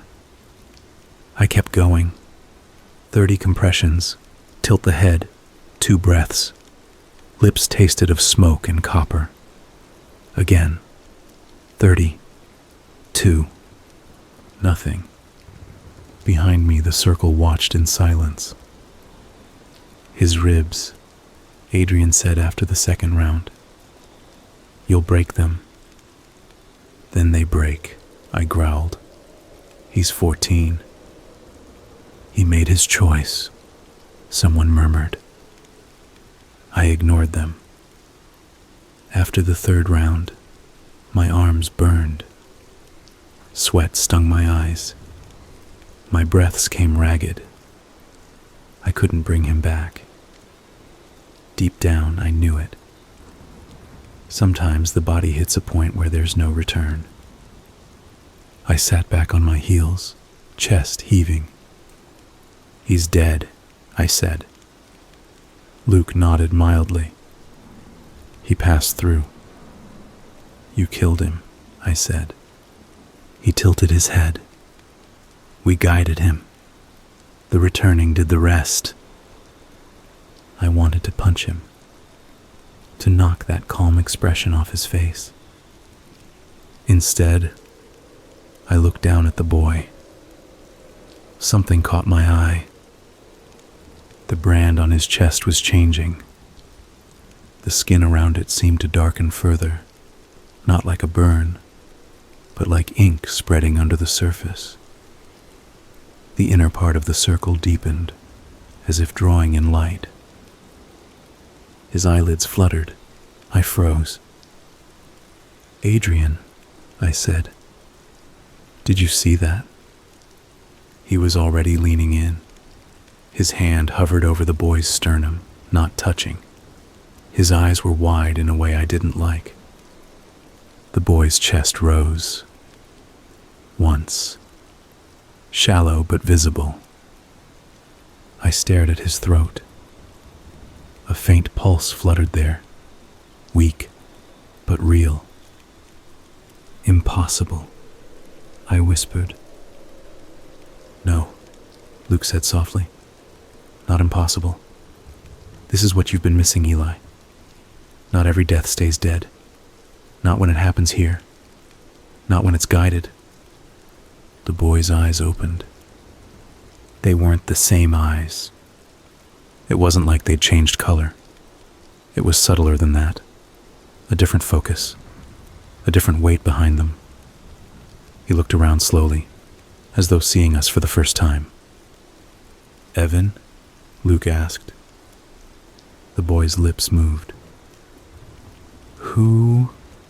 He rasped. It's all right, Luke said. You're safe. You're home. The boy's gaze slid over us, past us, as if looking at something just over our shoulders. He shivered, even in the heat. I saw her, he whispered. In the fire. I saw... His voice broke off. Tears spilled over his cheeks. But his expression wasn't frightened. It was awed. Overwhelmed. He reached up with shaking fingers and touched the brand on his chest. His fingertips left faint dark streaks like ash. The circle exhaled collectively. Welcome back, Luke said. You've returned. The girl beside him still lay on the ground, sobbing. The third initiate knelt, head bowed, shoulders heaving. They hadn't gone as far. They hadn't crossed over, whatever that meant. Evan pushed himself up on trembling arms. He looked at me. For a second, just a second, I saw a flash of the terrified kid he'd been. Then something slid behind his eyes, like a curtain drawn. Thank you, he whispered. I wasn't sure who he was thanking. Me, Luke, the fire, something else. He reached out and gripped my wrist with surprising strength. His fingers were very cold. I looked at Luke. What did you do to him? I asked. Helped him finish what the world started, he said. He was already halfway broken when he came to us. Addictions in the family. Violence at home. No future. We gave him one. It's not the one you would have chosen for him. But it's better than the nothing you had to offer. You don't know what I had to offer, I said. I know what the world offers kids like him, he said. I've seen it enough times. He gestured to the circle around us. Everyone here has seen things they don't want to see again, he said. We're tired of watching it happen by accident. So we chose to do it on purpose. He knelt beside Evan and rested a hand on his shoulder. You feel it, don't you? He asked. The boy nodded. eyes filling with tears again. "It's so loud," he whispered. "It's like she's right there, like she's inside my chest." "Who?" I asked before I could stop myself. He glanced at me, then back at Luke. "Her," he said. "The one underneath. The one we returned to." Luke smiled gently. "Rest," he said. "You're still half on the other side. It's overwhelming at first. It gets easier." He looked at me over the boy's head. "Now you've seen one," he said. "They don't all go like this. Sometimes the body breaks, sometimes the mind. Sometimes they don't come back at all. That's life. That's death. But when they do, tell me that's nothing. Tell me that doesn't mean something." I opened my mouth. Nothing came out. I thought of all the times I'd pounded on a chest and felt nothing respond. All the faces I'd watched go slack. All the bodies that never twitched again. If even one of them had opened their eyes like that, speaking of flames and presences and feeling something beyond, it was a trap. I knew it. A tiny poisoned hook designed for people like me. And yet, I couldn't deny what I'd seen. "You should get him to a hospital," I said finally, hearing the weakness in my own voice. "He's burned. Smoke inhalation. He needs fluids." "Already here," Adrian said, patting the bag he'd brought. "We have a setup at the hall. Oxygen, IVs, wound dressings. We're not animals, Eli." "You're playing with things you don't understand," I said to Luke. "Who does?" he replied. "At least we're honest about it." He stood and addressed the circle. "Tonight we've added another to the Corps," he said. "Not in the way we expected. But the returning doesn't care about our expectations. It cares about balance, about order, about the pattern." He rested a hand on my shoulder. "This one will help us maintain it," he said. "He will walk the edge. He will keep the line between life and death clear when we are tempted to blur it. He will carry some of the weight, so none of us have to carry all of it. That is his role. That is his place in the circle." A low murmur went around the clearing. Not enthusiastic, but accepting. They were already weaving me into their story. "Take Evan and the others back to the hall," Luke instructed.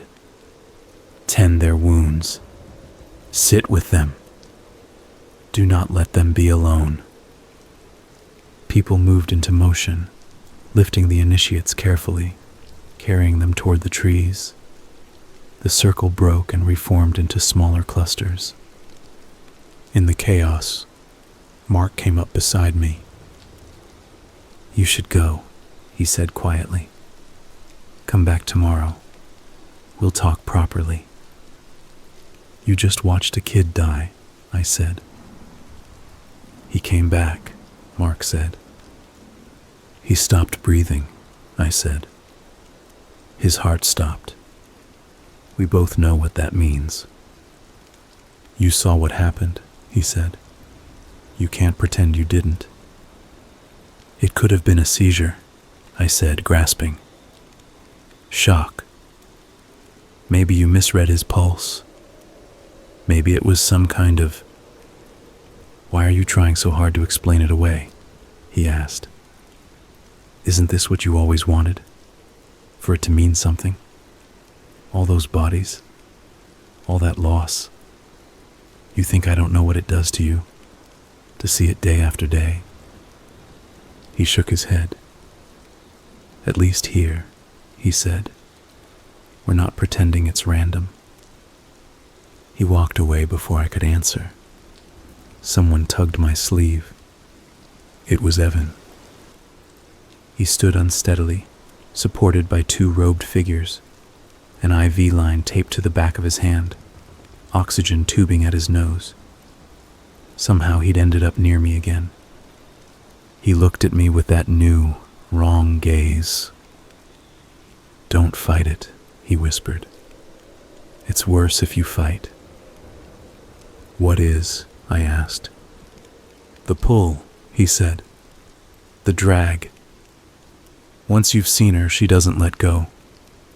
You can walk away, but you're always half in the circle. Might as well stand in it." His breath smelled like smoke and something sweet underneath, like rotting flowers. "Go home," he added. "Sleep while you still can." They led him away.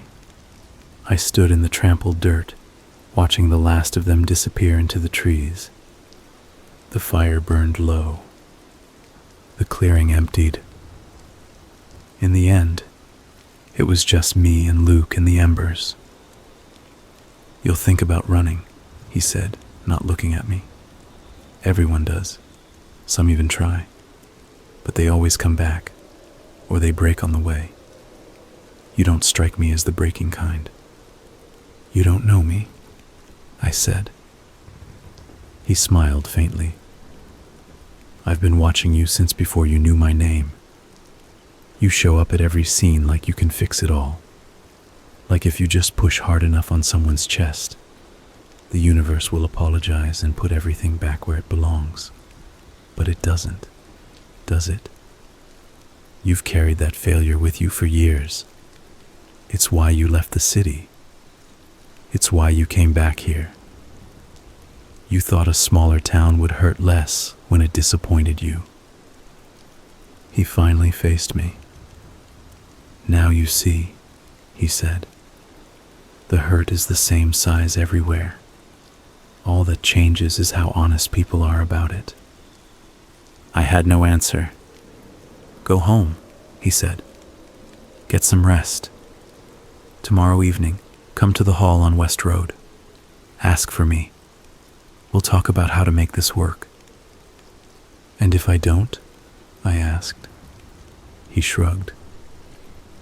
"Then you'll force me to waste something valuable. I don't like wasting things. The circle doesn't like it either. It tends to balance the account." He walked past me into the trees. I stayed there a long time, watching the last of the embers fade. I didn't sleep when I got home. My mom was already gone for her shift. The house felt empty and unfamiliar, like a stage set built to look like my childhood, but not quite right. I went to the bathroom and stared at myself in the mirror. Smoke-smudged face. Blood on my lip from where I'd been hit. Dirt on my shirt. My eyes looked older than I remembered. More tired. I turned on the shower and stood under it until the hot water ran out. It didn't help. The smell of smoke clung to my skin. In bed, I stared at the ceiling, counting my heartbeats. Every time I closed my eyes, I saw Evan's face in the firelight. The moment his eyes opened again, the wrongness of it. In the city, I'd lost patients I'd wanted to save, and saved some I wasn't sure wanted to live. It had all been messy and unfair and random. This felt worse in a different way. There was intention behind it. Structure. Ritual. They were choosing who lived and died. They were dressing it up as meaning, as sacrifice, but underneath it was control. And yet the question kept whispering at the back of my mind. What if some of them really did come back from places nobody else could? What did that make me, if I turned away from that? A traitor to the dead, or someone refusing to play God? The next morning I went to the clinic. I worked my shift. Nobody mentioned anything about last night. Nobody asked why I looked like I'd been hit by a car. At lunch, Lisa sat with me in the break room. "You look worse than yesterday," she said, studying my face. "You okay?" "I saw something," I said. The words came out before I could stop them. She raised an eyebrow. "We see a lot of somethings around here." "This was different," I said. "Different how?" I opened my mouth to tell her. Then I saw, in the corner of my eye, Mark walking past the break room door. He didn't look in, but I could feel his presence like a weight. The words died in my throat. "I just had a rough call," I said instead, hearing how weak it sounded. "Didn't sleep." She nodded slowly. "It gets to you," she said. "Sometimes you think moving somewhere quiet will help. It doesn't. The bad doesn't care where you go." "Do you ever think about leaving?" I asked. "All the time," she said. "Got a cousin in another state. Says I could crash with her while I figure things out." But, I echoed. "But my mom's here," she said. "My dad's buried here. My sister's kids are here. It's not that easy to walk away. This place gets into your bones." The way she said it made me wonder exactly what she meant. She picked at the label on her water bottle. "You ever feel like everyone knows something you don't?" she asked suddenly. I looked at her sharply. "What do you mean?"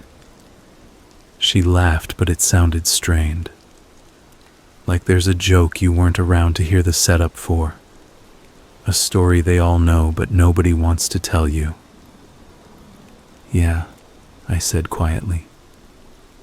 "I feel like that a lot lately."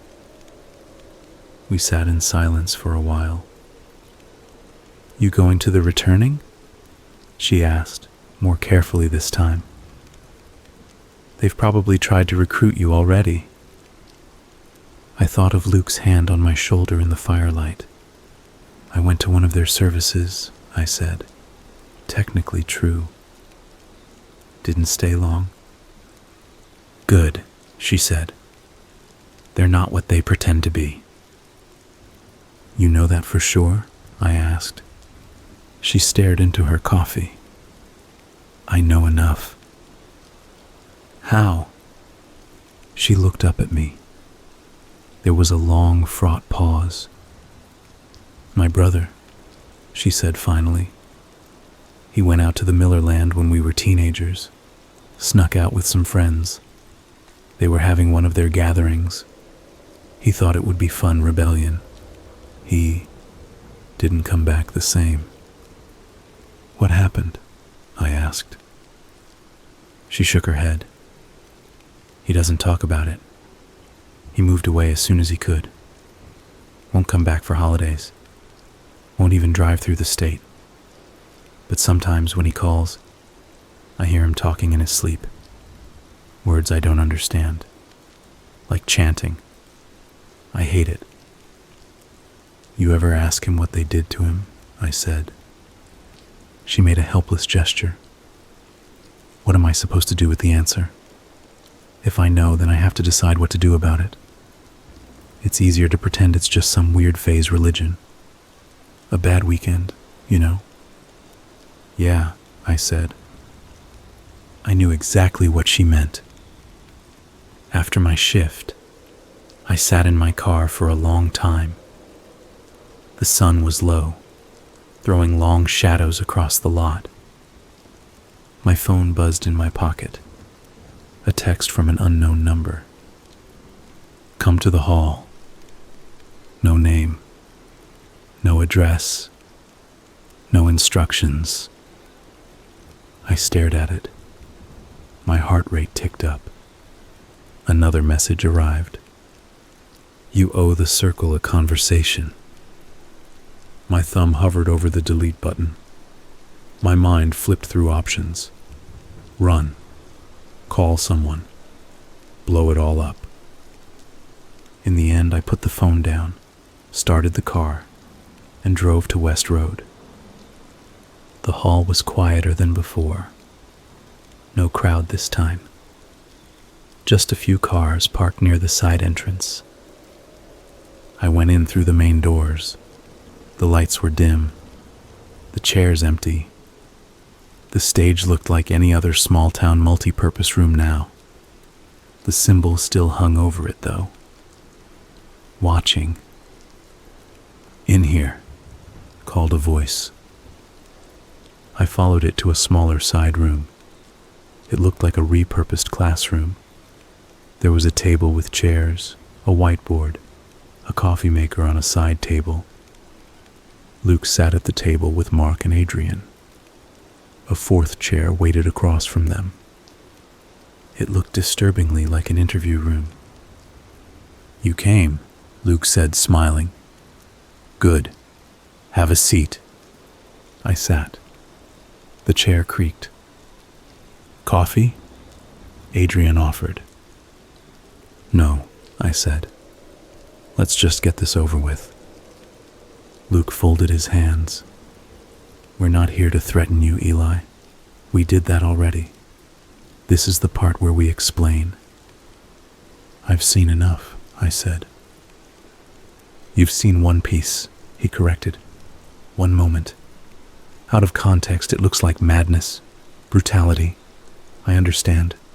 That's why we wanted to talk before you spin off into some crusade." "I'm not joining your cult," I said.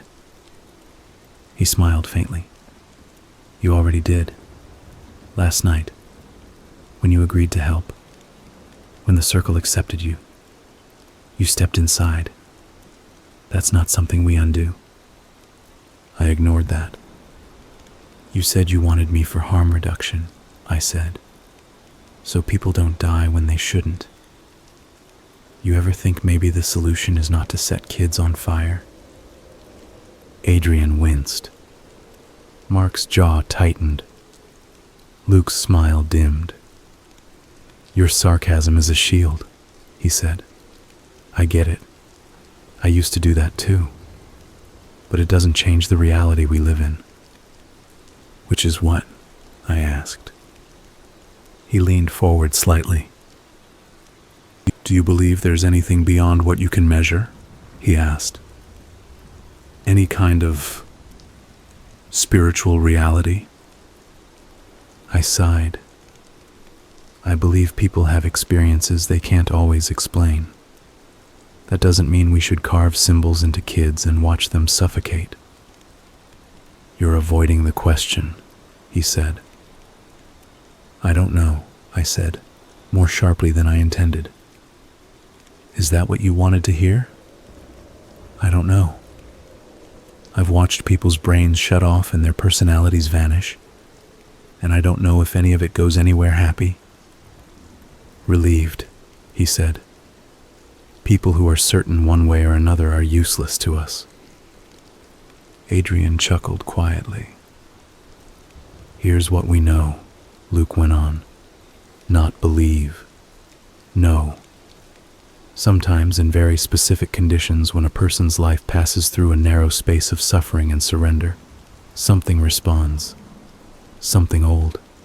Something that feels like a presence. People call it different names. We call it the returning, because that's the closest word we have for it. It's like stepping into an ocean current. You feel yourself pulled and held and changed. Or you feel yourself die," I said. "Or that," he acknowledged. "We're not gods. We don't make the rules. We've just learned how to knock on the door in a way that gets an answer more often than not."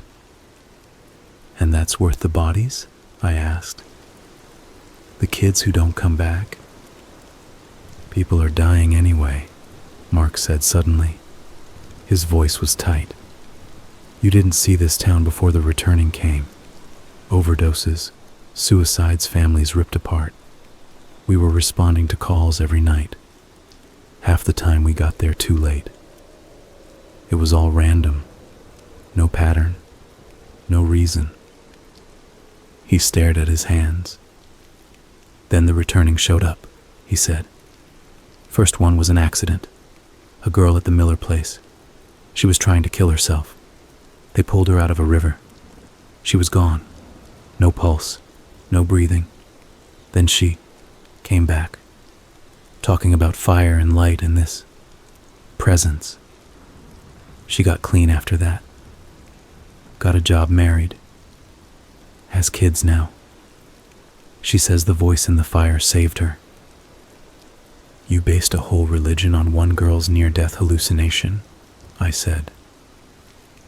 It wasn't just one, Adrian said. There were more.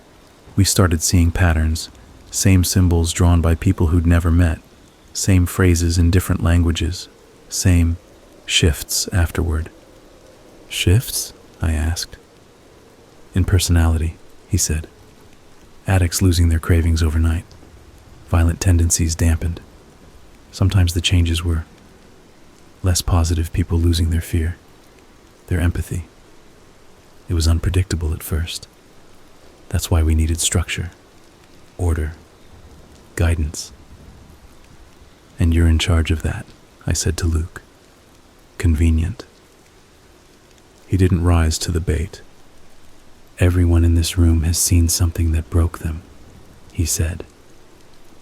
Lost control so completely, we do anything to feel like it wasn't random.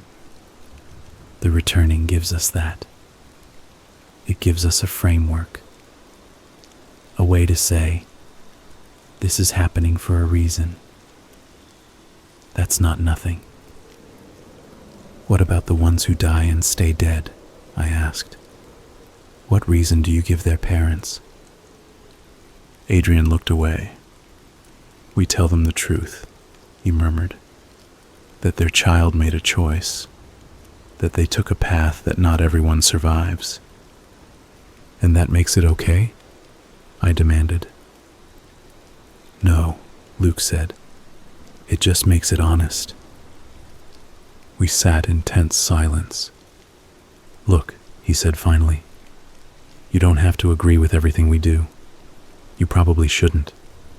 You're here to question, to push back, to say no when we get carried away. I want that.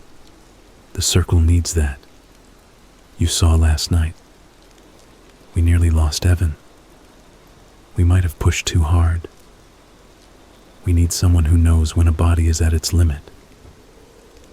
Why don't you just stop doing it? I asked, feeling exhausted. If you need me to keep people alive, maybe the solution is to not nearly kill them. Because when it works, he said quietly, it's the only thing I've ever seen that feels bigger than the rot, bigger than the fear, bigger than the endless churn of meaningless suffering. I don't expect you to understand that yet, but you will. What happens if I say I'll help? I said. And then I go to the sheriff, or the state, or the FBI, and tell them everything you just told me. You think we haven't dealt with that before? Mark asked. You've had other whistleblowers? I asked. A muscle jumped in his cheek. People talk when they're scared, he said. People drink and run their mouths. People get spooked and think they can drag in outsiders to fix things. Sometimes nothing comes of it. Sometimes we have to intervene. Intervene how? I asked, though I already knew. You saw the bodies, he said. Did you think those were the only ones? A slow chill seeped into my bones. How many? I asked. Fewer than die on the highway every year, he shot back. Fewer than overdose in the city in a week. You want numbers? We have numbers. We can play that game. But that's not really what bothers you, is it? It's that we're choosing who dies, instead of pretending it's all random. That's what scares you. It should scare you, I said. Oh, it does, he said. Every day. That's why I'm glad you're here. Luke stood. We're done trying to convince you, he said. We've told you what we can. The rest you have to see for yourself. Or walk away and spend the rest of your life wondering if you left something important behind. He looked me dead in the eye. Your choice hasn't changed, he said. Help us shape this. Or let us continue without you and accept what that means for you and your mother. He didn't need to add the unspoken third option. Run and hope they never find me. I thought of Lisa's brother, haunted from a teenage weekend, of the boy coming back from literal death talking about a presence, of the way half the town had already been drawn into the circle. Maybe there was no safe option anymore. Fine, I said. I'll help. I'll watch. I'll try to keep people alive. But I'm not branding anyone. I'm not holding anyone down. We won't ask you to, Luke said. That's not your role. What is my role exactly? I asked. You'll see, Adrian said. I stood, feeling strangely lightheaded. I swear to God, I said slowly. The first time I see you hurting someone for no reason, I'm done. I don't care what you threaten me with. I will burn this whole thing down. Luke smiled, but there was respect in it. Good, he said. We need someone who still thinks like that. Otherwise, we might forget why we started this. On my way out, Mark stopped me. You're not alone in this, he said quietly. We're all walking the line. You're just new to it. I never asked to walk it, I said. None of us did, he replied. The line finds you. You want to know how this ends? I don't have the ending yet. I'm writing this in the small hours, sitting at my kitchen table while my mom sleeps down the hall. The house feels both too small and too big. The darkness outside presses against the windows. Since that night in the clearing, I've gone to their gatherings. Not all of them. Not the big public ones. Anyone can see those. The quiet ones. The late night ones. The ones where we flip a coin on someone's life. I've watched people walk into the fire and come out different. I've watched some not come out at all. I've patched burns. I've given oxygen, I've pushed meds into veins while Luke murmurs prayers and the others chant. I've refused to let them push some candidates as far as they wanted. I've stepped between a scared teenager and the fire and said, not this one, not tonight. Sometimes Luke listened. Sometimes he didn't. Every time someone dies, some part of me dies with them. Every time someone comes back, some other part of me wonders what. Exactly. We're waking up. They're not all kids. Some are old. Some are sick and want what they think is a miracle. Some are broken in ways regular medicine can't touch. Better to die in the circle than alone in a hospital bed, one old woman told me, eyes bright with fever and faith. At least this way I'm walking towards something. Who am I to say she's wrong? Sometimes I think I see patterns the way they do. Little coincidences. People who were on the brink of something terrible suddenly not. Violence that fizzles, suicides that don't happen. Like the returning is smoothing out the roughest edges. Other times, I see nothing but blood and smoke and hollow eyes. No God. No presence. Just human cruelty, dressed up as meaning. The worst part is, I don't know which is worse, that they're lying to themselves, or that they might not be. The other night, after a particularly bad gathering, 2 dead, 1 half mad, 1 walking away with a smile too wide for his face, I drove out to the Miller Gate. I stood there with my hands on the cold metal, feeling the chill seep into my skin. On the wood of the post, next to the carved circle symbol, someone had scratched another mark. Small, shallow, like they'd been interrupted. It looked like the beginning of a different shape. A square, a line, a letter. I don't know who started it. I don't know what it was supposed to be, but it made me feel, briefly, like I wasn't the only one who thought this land was marked for something else. I took out my phone and opened the photo from that first night. The flashlit moment in the clearing. All those faces caught off guard. I zoomed in on mine. Even in the harsh light, I looked like a stranger. Eyes wide, mouth open, shock frozen there. I swiped to the next photo. I'd taken more than one without realizing it. One showed the boy on the ground, me over him. Another, the moment his eyes opened. In that one, for a second, the camera had caught a reflection in his pupils. Not a clear one, just a vague, bright shape. A curve of light, like the edge of a circle. I zoomed in until the pixels broke apart. It could have been anything. A trick of the flash, a reflection of the fire, a glitch, or something looking back. I locked the phone and slid it into my pocket.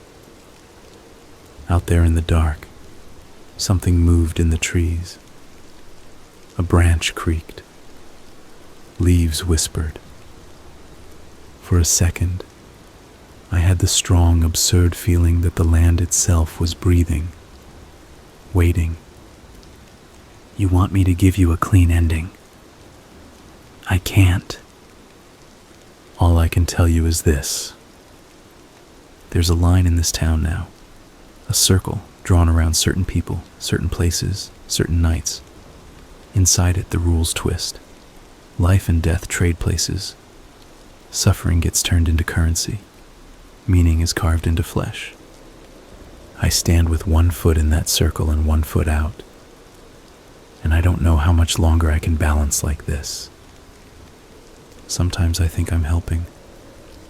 Sometimes I think I've become exactly what I always hated. Another cog in a machine that chews up the vulnerable. Sometimes when I close my eyes, I feel heat and a presence just beyond the edge of my understanding, patient and curious. I don't pray. Not really. But lately I find myself thinking, over and over, let me find the moment I can break this without breaking everyone with it. Let me find the crack in the circle. Let me step out before the returning decides I'm not walking fast enough and drags me the rest of the way in. Because if I don't, if nobody does, one day the circle won't just hold a dozen people in a clearing. It'll hold a town, then a county, then more. And the line between random tragedy and planned sacrifice will blur until nobody remembers where it was. And when that happens, if it happens, you won't be reading stories about cults in quiet towns. You'll just call it normal. You'll say, that's just how things are now. And maybe you'll be right. Or maybe somewhere underneath, something old will be smiling, waiting for you to return.